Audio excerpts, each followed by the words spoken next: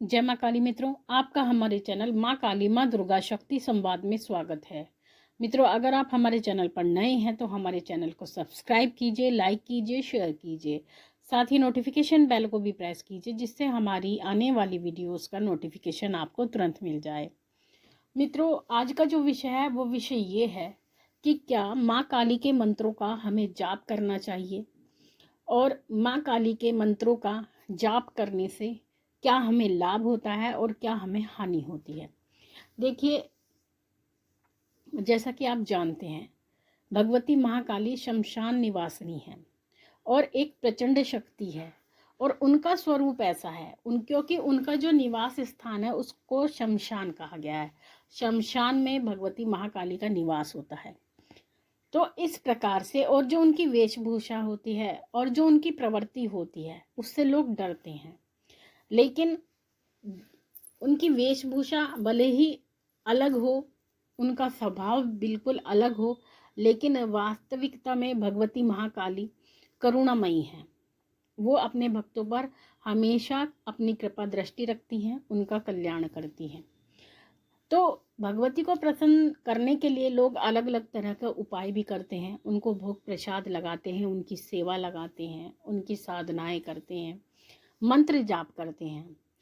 तो जो माँ काली के मंत्र होते हैं, तो कुछ व्यक्ति क्या करते हैं, भगवती को प्रसन्न करने के लिए, यानी भगवती को बहुत जल्दी प्रसन्न करने के लिए तुरंत से उनके मंत्रों का जाप प्रारंभ कर देते हैं। यानी जैसे ही वो पूजा प्रारंभ करते हैं तभी उसके साथ में भगवती के मंत्रों का जाप प्रारंभ कर देते हैं। और भगवती, क्योंकि आप सभी जानते हैं, भगवती एक प्रचंड शक्ति है।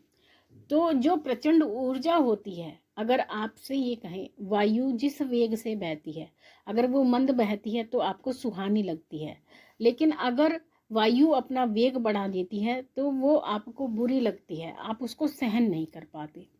तो भगवती महाकाली जो है, जिस प्रकार से वायु प्रचंड रूप से चलती है, ऐसे ही भगवती महाकाली की जो शक्ति है वो भी उसी प्रकार से उतनी ही प्रचंडता के साथ चलती है। और जब भगवती महाकाली किसी के शरीर में प्रवेश करती हैं तो वो प्रचंडता के साथ भी करती हैं और सौम्यता के साथ भी करती हैं।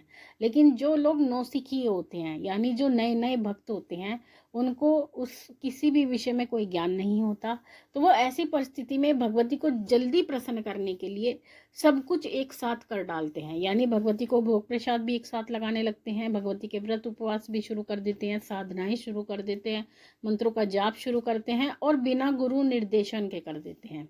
यानी गुरु धारण भी नहीं करते, गुरु मुख भी नहीं होते और बिना किसी ज्ञान के वो भगवती को प्रसन्न करने में लग जाते हैं। लेकिन वो ये नहीं जानते जिस शक्ति को वो छेड़ रहे हैं, जिस शक्ति की वो आराधना कर रहे हैं, उनकी प्रवृत्ति कैसी है। क्योंकि जो प्रवृत्ति प्रचंड शक्तियों की होती है वो अलग होती है और सौम्य जो प्रवृत्ति होती है वो अलग होती है। अगर हम सौम्यता की बात करें, जैसे भोलेनाथ हैं, एक सौम्य प्रवृत्ति के देवता हैं, ठाकुर जी हैं, सौम्य प्रवृत्ति के हैं, माँ दुर्गा हैं, सौम्य प्रवृत्ति की है, माँ वैष्णो है, सौम्य प्रवृत्ति की है। तो अगर आप इनकी साधनाएं करते हैं तो आपको किसी भी प्रकार की कोई दिक्कत नहीं होती।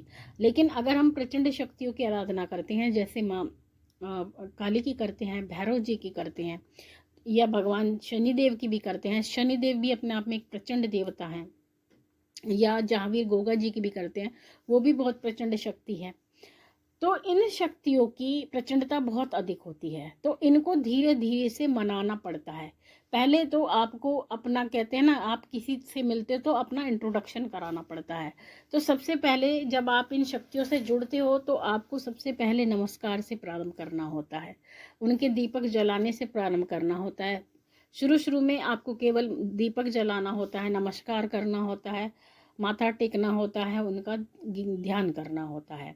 यह नहीं कि उनके मंत्रों का जाप करना होता है। अगर आप महाकाली के जो मंत्रों का जाप की बात आती है, जहाँ तक अगर उनके मंत्रों की हम बात करते हैं तो माँ काली के जो मंत्र होते हैं वो बहुत ही प्रचंड शक्ति वाले होते हैं। जैसे कि हम बात करें, एक माँ का क्रीम बीज मंत्र होता है। क्रीम मंत्र जो होता है वो एक बीज मंत्र होता है, लोग उसका भी जाप करते हैं। और ओम क्रीम कालिकाय नमः, इस मंत्र का भी जाप करते हैं। तो ये अपने आप में दोनों ही मंत्रों में बीज मंत्रों का समावेश होता है, और जो बीज मंत्र होते हैं वो बहुत तेज़ी से काम करते हैं, उनमें बहुत प्रचंडता होती है। तो जब आप माँ काली के मंत्रों का जाप करते हैं और बिना किसी दिशा निर्देशन के करते हैं, बिना गुरु के करते हैं, तो आपको जो प्रचंड ऊर्जा आपके शरीर में प्रवेश करती है उन मंत्रों के प्रभाव से, आप उसको सह नहीं पाते।